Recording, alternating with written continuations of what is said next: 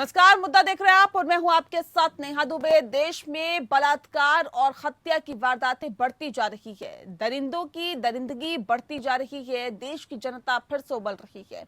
हाल में देश की कई निर्भया की अस्मत लूटी गई और पकड़े जाने के डर से अपराधियों ने उनकी हत्या कर दी। मुंबई की निर्भया हो या फिर अब तेलंगाना की 6 साल की मासूम, दरिंदगी की कहानी जिसने भी सुनी उसका खून खौल रहा है। देश में कड़े कानून हैं, उसके बाद भी दरिंदों ने कानून का डर दरिंदों में नहीं है और ऐसे में बेटी बहुओं की इज्जत लूटी जा रही है। मुंबई के अंदर निर्भया जैसा कांड हुआ और लड़की की मौत हो गई। तेलंगाना की राजधानी हैदराबाद में भी 6 साल की बच्ची के साथ पहले रेप हुआ और फिर उसकी हत्या कर दी गई। उसके बाद से ही लोगों में गुस्सा है। इसी गुस्से में मंत्री बोल गए हैं कि आरोपी को पकड़ेंगे तो उसे गोली मार देंगे। तेलंगाना के मंत्री चामकुरामल रेड्डी ने बच्ची के साथ रेप और फिर हत्या करने के आरोपी के एनकाउंटर किए जाने की बात कही है। उन्होंने कहा कि आरोपी को पकड़कर गोली मार देंगे। हैदराबाद के सदाबाद इलाके में 6 साल की बच्ची के साथ रेप किया गया और फिर उसकी हत्या की जाने का मामला सामने आया है। आरोपी की तलाश जारी है, जिसके लिए पुलिस ने 10 लाख रुपए का इनाम भी रखा है। आपको बता दें कि 2 साल पहले ही तेलंगाना पुलिस ने हैदराबाद में गैंग रेप के 4 आरोपियों का एनकाउंटर किया था।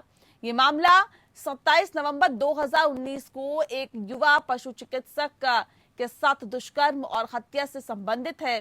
पुलिस ने 4 लोगों का पता लगाकर उन्हें गिरफ्तार किया था। उसी साल 6 दिसंबर को शादनगर के पास अपराध स्थल पर एक मुठभेड़ में 4 आरोपी मारे गए थे। दिशा एनकाउंटर से फेमस हुए इस मुठभेड़ को लेकर भी सवाल उठ रहे थे। सवाल है कि क्या बलात्कारियों के आरोपियों के साथ ऐसा ही सलूक करना चाहिए? आखिर क्या उनके साथ करना चाहिए? क्या जघन्य कांड में फैसले में देरी की वजह से लोग एनकाउंटर की बात तो सोच लेते हैं? क्या कानून प्रक्रिया पेचीदा होने की वजह से न्याय मिलने में काफी देरी हो जाती है, इसलिए लोग उबल जाते हैं? क्या ऐसा कानून नहीं बनना चाहिए जिसे बलात्कार के आरोपियों में डर पैदा हो सके? क्या एक मंत्री को ऐसा बयान देना चाहिए? आरोपी को सजा कानून देगी या मंत्री देंगे? ये एक बड़ा सवाल यहां पर बन जाता है।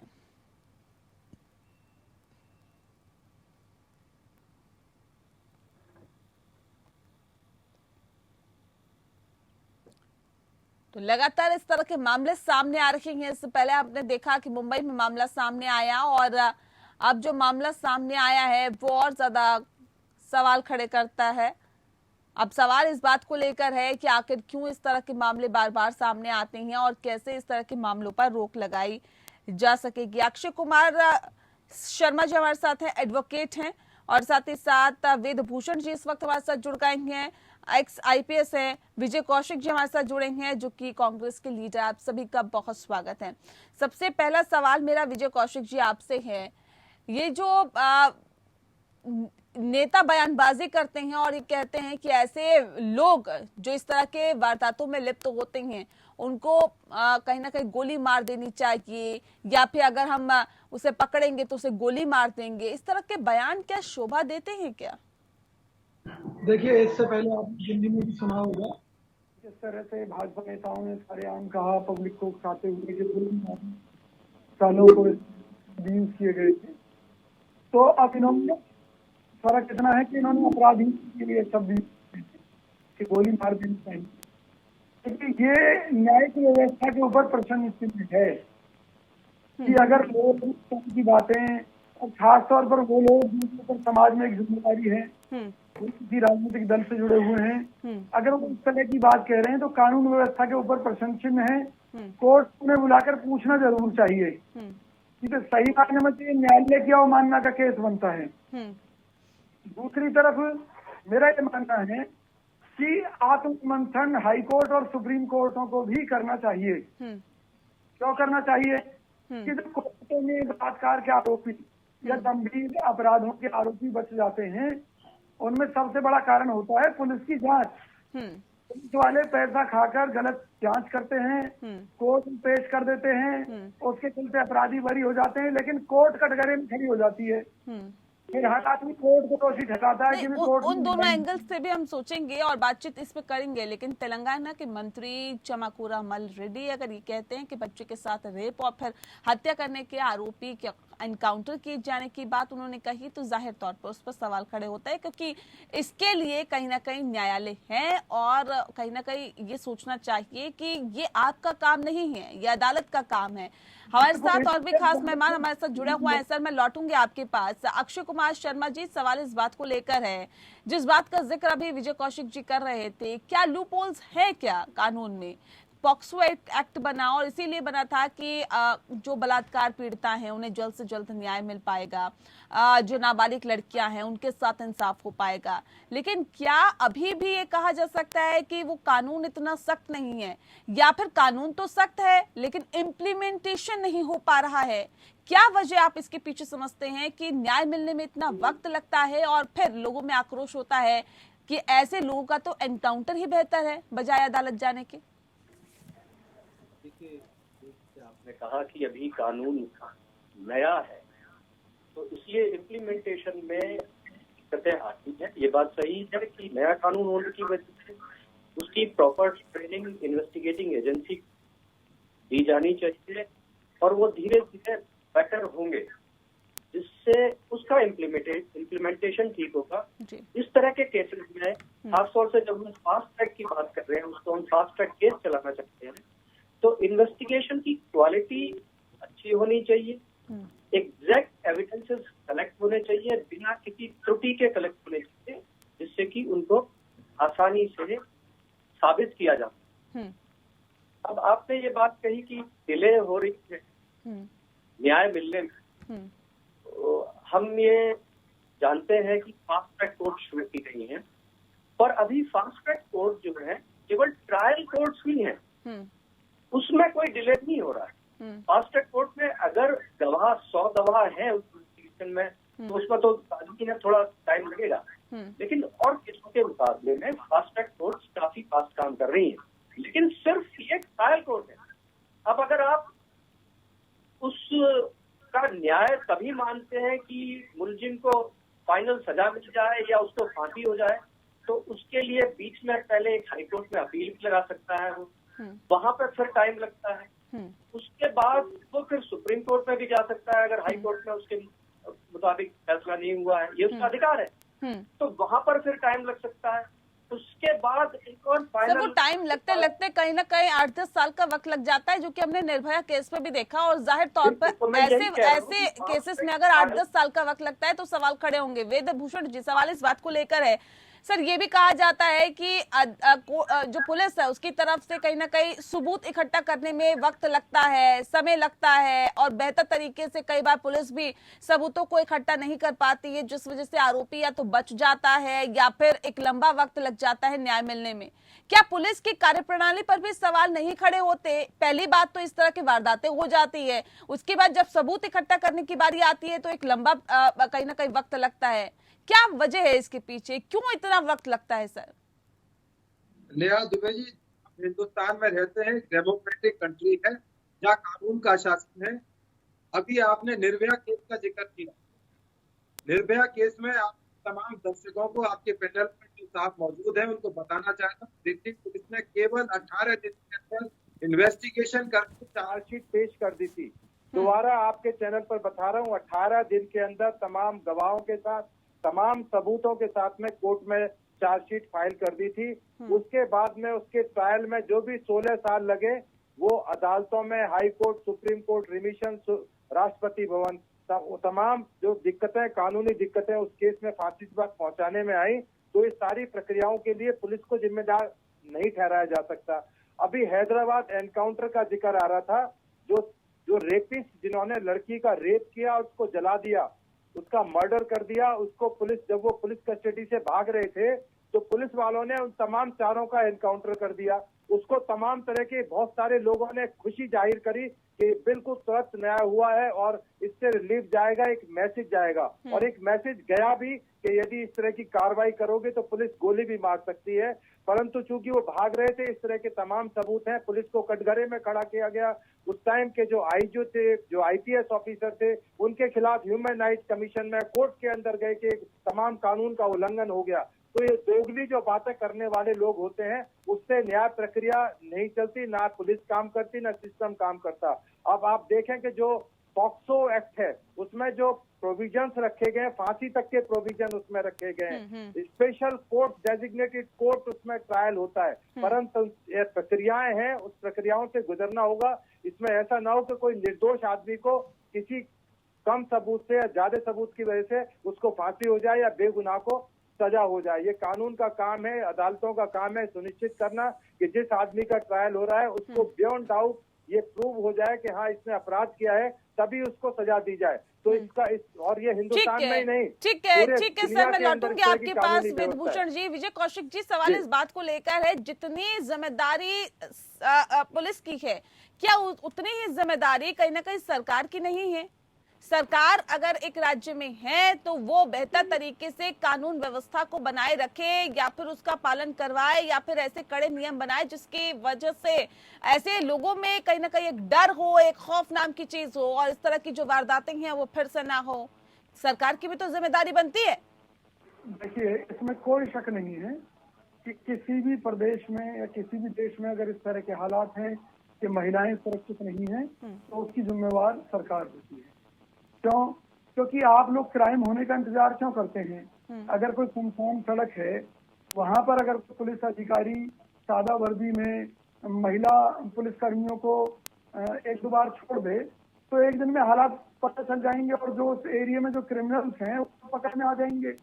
यहाँ दिक्कत ये है कि पुलिस क्राइम होने का इंतजार करती है, कभी पुलिस इस बात की कार्रवाई नहीं करती, जनता से नहीं पूछती। सर ये पूरा ठीक रहा, पुलिस पे फोड़ देना ठीक है क्या?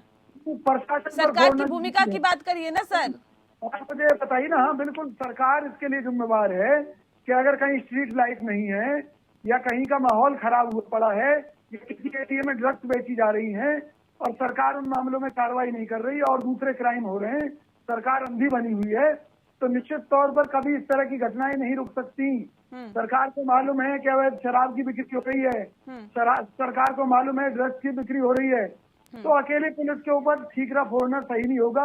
अक्षय कुमार शर्मा जी, सर सवाल इस बात को लेकर है कि पॉक्सो एक्ट बना था तो ये कहा गया था कि शायद अब इस तरह के मामलों में थोड़ी कमी आएगी, क्योंकि जब निर्भया का मामला आया था उसके बाद कई नाबालिग केसेस भी सामने आए थे जब उनके साथ रेप की वारदात को अंजाम दिया जाता है।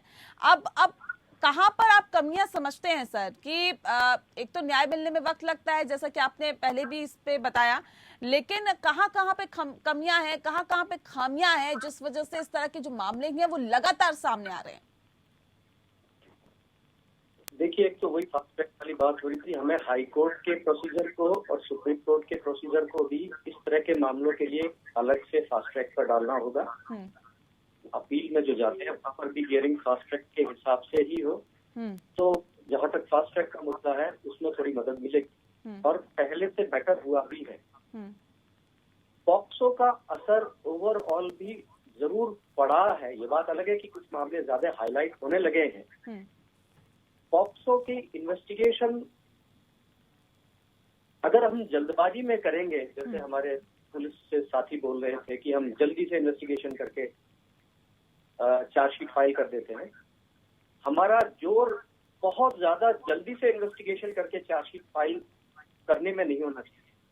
हमारा जोर फुल प्रूफ एविडेंस कलेक्ट करके और जितना जल्दी हो कोशिश करके चार्जशीट फाइल करने में, केवल ये नहीं दिखाना कि हमको सॉल्व करके देना है।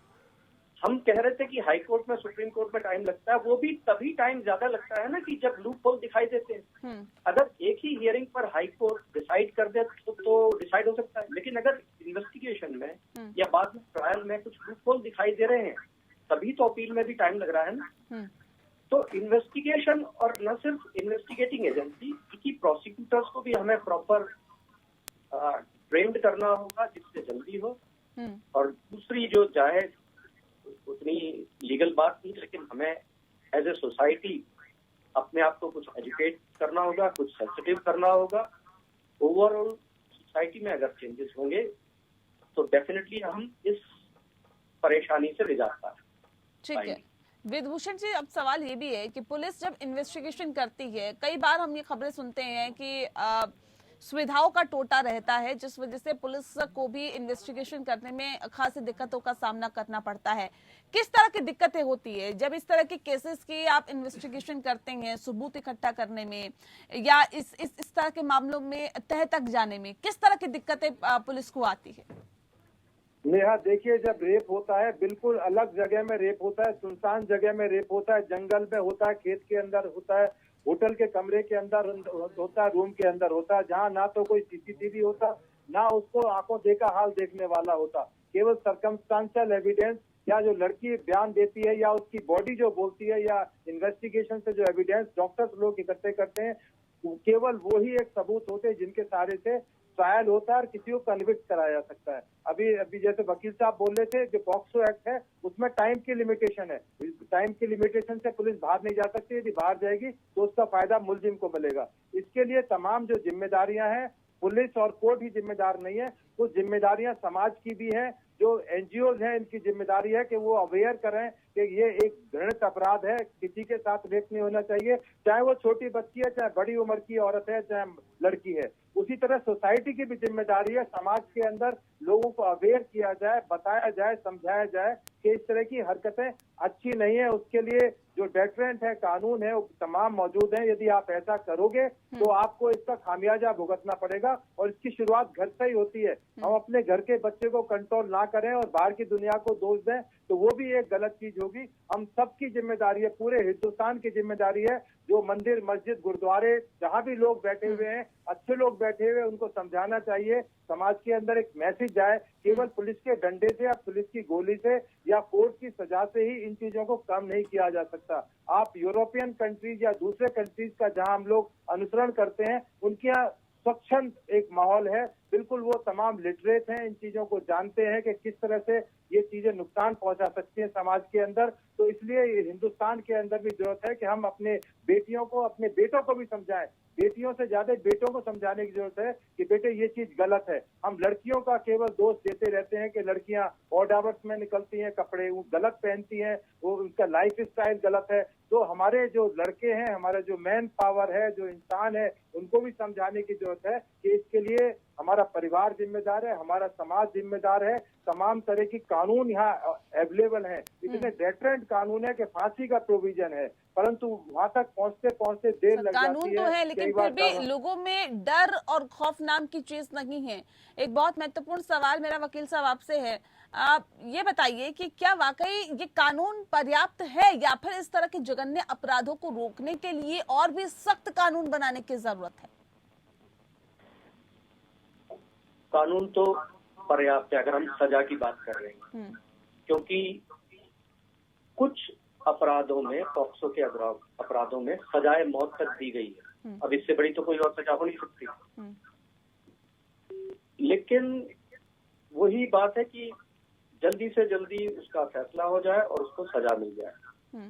आप सजा की बात करो कि इससे और क्या बड़ी सजा हो सकती है। जैसे मैंने कहा कि कुछ अपराधों में, इसको बोलते हैं हम एग्रेवेटेड पेनेट्रेटिव ऑफेंस जो है, उसमें सजाए मौत का प्रावधान है। यानी कि अगर किसी पुलिस की कस्टडी में कोई विक्टिम है, उसके साथ ऐसा अपराध होता है, या किसी रिश्तेदार ने उसके साथ ऐसा अपराध किया है, या कोई 12 साल से कम बच्ची के साथ ऐसा हुआ है, इस तरह के करीब 20-21 कंडीशंस हैं। उन सर्कमस्टांसेस में अगर कोई अपराध हुआ है तो उसमें सजाए मौत का प्रावधान है। दूसरी, अगर हम सभी के लिए सजाए मौत कर देंगे तो हमको समझना होगा जरा, एक चीज हम मिस कर रहे हैं यहाँ पर, वो ये है कि कई बार हमारे समाज में कम उम्र के बच्चे, लड़का लड़की आपस में अट्रैक्ट भी होते हैं, हम तो लव अफेयर भी कह सकते हैं, उनके बीच में अगर कोई भी रिलेशन होता है तो वो भी वही अपराध माना जाएगा। क्योंकि नाबालिग के साथ अगर किसी ने भी रिलेशन बनाए तो वो एक तरह का रेप माना जाएगा, क्योंकि नाबालिग को खुद की स्वीकृति देने की समझ नहीं है। अब ऐसे में अगर नाबालिग विक्टिम और उसका साथी जो है दोनों ही नाबालिग हैं, तो क्या उसको इतना बड़ा अपराध मानेंगे हम कि उसको सजाए मौत दे दी जाए? ये तो एक सोशल सिस्टम है। ऐसा हो सकता है कि एक दूसरे की तरफ अट्रैक्ट हो, लव अफेयर हो सकता है। तो इसलिए मेरा ये कहना है कि सारे अपराधों में, जो पॉक्सो के अपराध हैं, सारे अपराधों में सजाए मौत नहीं दी जा सकती, नहीं देनी चाहिए। मतलब ये आपका के कहना कि कानून तो है, बस उसको अच्छे से इम्प्लीमेंट करना जरूरी है। एक छोटा सा सवाल मेरा विजय कौशिक जी आपसे है सर, सवाल इस बात को लेकर कि अगर मंत्री नेता इस तरह के बयान देंगे, मैं सिर्फ इन मंत्री की बात नहीं कर रही, नेताओं की बात नहीं कर रही जो कि इससे रिलेटेड अभी एक बयान आया है, इससे पहले भी अगर मैं कहूँ तो कई नेताओं ने इस तरह के बयान दिए हैं। एक नेता का ये कहना है कि लड़कों से गलतियां हो जाती है, तो दूसरा अभी कहते हैं कि अगर पकड़ेंगे तो एनकाउंटर कर देना चाहिए या एनकाउंटर से मार देना चाहिए। सर, ये इस तरह के बयानों के क्या मतलब है, और क्या वाकई आपको लगता है कि सजा मंत्री देंगे, अदालत देगी, कौन सजा देगा? और क्या इस तरह के बयान कहीं ना कहीं आरोपियों के जो हौसले हैं वो और ज्यादा बढ़ाते हैं क्या? देखिए, मैं कांग्रेस पार्टी की तरफ से पूरी जिम्मेवारी से एक बात कहना चाहता हूँ कि किसी भी इस तरह के बयान की हम निंदा करते हैं जिससे समाज में एक ऐसी व्यवस्था कायम हो जिसमें कानून के ऊपर विश्वास न होकर लोग अपने हाथ में ही कानून को लेने लगे। तो इसके लिए हमारे संविधान का निर्माण नहीं हुआ। संविधान के मुताबिक जो सजा जिसको दी जानी चाहिए वो निश्चित तौर पर मिलनी चाहिए। यह बात अलग है कि इसके कुछ कारण सरकार से जुड़े हुए हैं, कुछ कारण समाज से जुड़े हुए हैं, और कुछ कारण पुलिस महकमे से जुड़े हुए हैं, और कुछ कारण कोर्टों से जुड़े हुए हैं। सरकार के कारण हैं कि भी मान लीजिए गरीबी है, अशिक्षा है, ये सारे कारण हैं कि इस वर्ग के लोग ज्यादा क्राइम करते हैं। झुग्गी झोपड़ियां हैं जिनमें आदमी का पता नहीं, कौन कहाँ से आकर घुसा हुआ है, कौन क्रिमिनल है, कौन सही है। तो ये सरकार की कमियां हैं। इसके अलावा पुलिस प्रशासन की कमी यही है कि भी अगर जांच में ईमानदारी ना हो, तो जैसा कि अभी जो वकील साहब बैठे हैं उनका ये कहना है कि इस कारण हाई कोर्ट, सुप्रीम कोर्ट तक वो मामलों में देर लग जाती है। अगर सही तरीके से जांच हो, सारे सबूत, आजकल तो फॉरेंसिक साइंस ने बहुत तरक्की कर ली है। मैं समझता हूँ कि बहुत जल्दी निपटारा ऐसे मामलों में होना चाहिए। अगर पुलिस यहाँ पर टाइम बाउंड भी मुझे लगता है होना चाहिए, जिससे कि जल्द से जल्द इस तरह के मामलों का कहीं ना कहीं निपटारा हो। फास्ट ट्रैक कोर्ट्स में तो ये मामले जाएं, लेकिन उसके साथ साथ टाइम बाउंड हो कि हाँ, इतने वक्त में आपको मामले का निपटारा करना है, तभी इस तरह के मामलों में कमी आएगी और इस तरह के जो मामले हैं वो पेंडिंग नहीं रहेंगे, जल्द से जल्द उसमें निपटारा होगा। बहरहाल, बहुत शुक्रिया आप सभी मेहमानों का हमारे साथ इस खास चर्चा में शामिल होने के लिए। इसी के साथ मुद्दा में इतना ही। नमस्कार।